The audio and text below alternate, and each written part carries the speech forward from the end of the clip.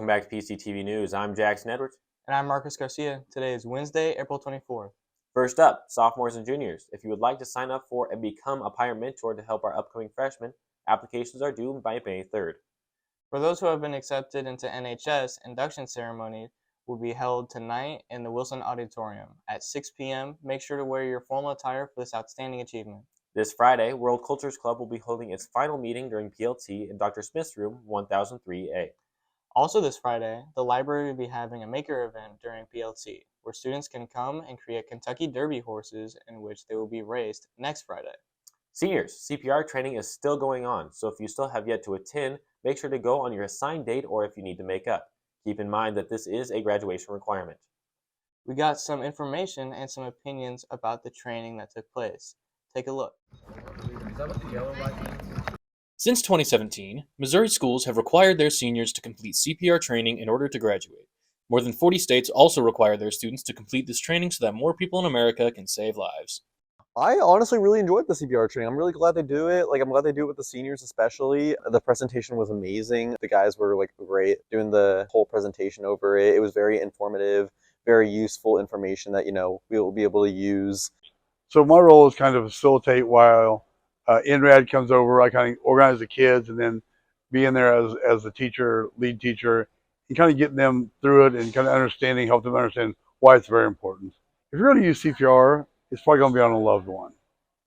And if you know how to do it and you can help them get through that, then it'd be great.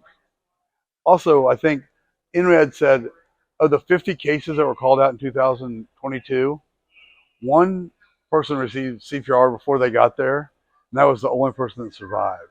So if you know how to do it and you can administrate it to anybody, you're going to have them have a greater chance of living.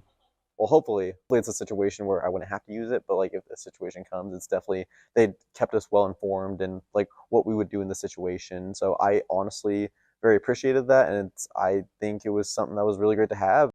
It's a very useful skill, very useful because it's life or death. All seniors should have that. So I just learned about this year, so I think it's very useful. And going forward, maybe they should teach it in college too, because it's a life skill that everyone should have. I'm glad for obviously the hands-on part of it. I mean, you can't really learn CPR without having an actual dummy or something to practice on. So overall, I just thought it was a good experience. I think it's just one of those things that everyone should know. So I think I'm glad it is a requirement, at least that they're having it taught to seniors going out into the world, because so many people suffer from cardiac arrest, and just being able to know at least the basics on what to do, you're gonna be in a panic state, especially if it's someone that you know, and just to be able to try to calm yourself down, remember what you were taught. I think that's a good thing. It's just good to know, because they cover all. It's not just about the compressions; it's about having someone call emergency services. With the requirement of CPR training, a whole new wave of graduates have the ability to save lives. For PCTV News, I'm Joey Siegel. Back to you, Jack and Marcus. Like they said, this training is very important and can save lives, so please take it seriously.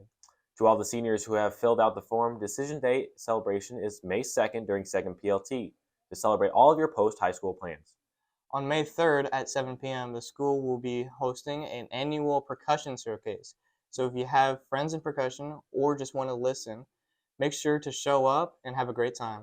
Seniors, as the end of the school is drawing near, make sure you are keeping up with your grades so you are able to get all the credits you need to graduate.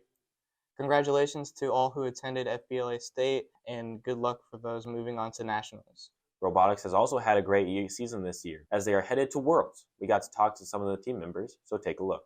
The Phantom Robotics team has spent the last few weeks preparing for Robotics World Championship on April 25th.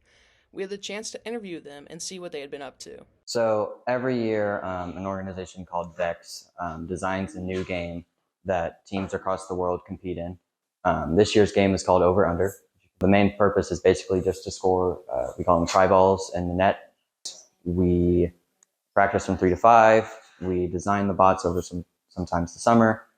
And then we build, and then once the building phase is completed, we do auton, or the autonomous period, which is where we had no input over the controls, and then we practice driving the robot. So Worlds is a lot bigger deal. It's the last tournament of the year, and the difference is that Worlds is 3 days long, and regular tournaments are just one. It's pretty stressful. It's nonstop action. There's matches every like 15, 20 minutes. We got to fix the robot in between every match because it's a head-on collision match. I mean, you have to keep your expectations low because the second you think your bot is good, you go to Worlds and you realize you were horribly wrong. So the main thing we're just focusing on is making sure we're driving good, and we're just going to be prepared as we can be, and we're just going to take it as a learning opportunity and an opportunity to meet some really cool people. So we get here and we build the robot. That's a long, extensive process. It takes a lot of testing and rebuilding. And then we put it on the field, make sure the mechanisms work, tune them, bring them to tournaments and win. You have your qualification rounds, which are about 8 to 10 rounds. And then you're paired with a random alliance partner. And then you're up against 2 other robots which form their alliance. So sort of red versus blue. Near the end of the day, we do what's called alliance selections, where the first seed alliance, who's performed best in qualification rounds, will get to choose whoever they want. So instead of a random partner, you get to choose your partner. So there's a lot of like, how do we get people to pick us? Who do we pick? There's a lot of strategy involved. Thank you to the Phantom Robotics team for letting us take a peek into how they were getting ready for the world stage. Good luck. For PCTV News, I'm Isaac O'Neill. Great job to them. Can't wait to see what happens at Worlds. Hope you all enjoy what we had today. And remember, it's It's always a great day to be a pirate.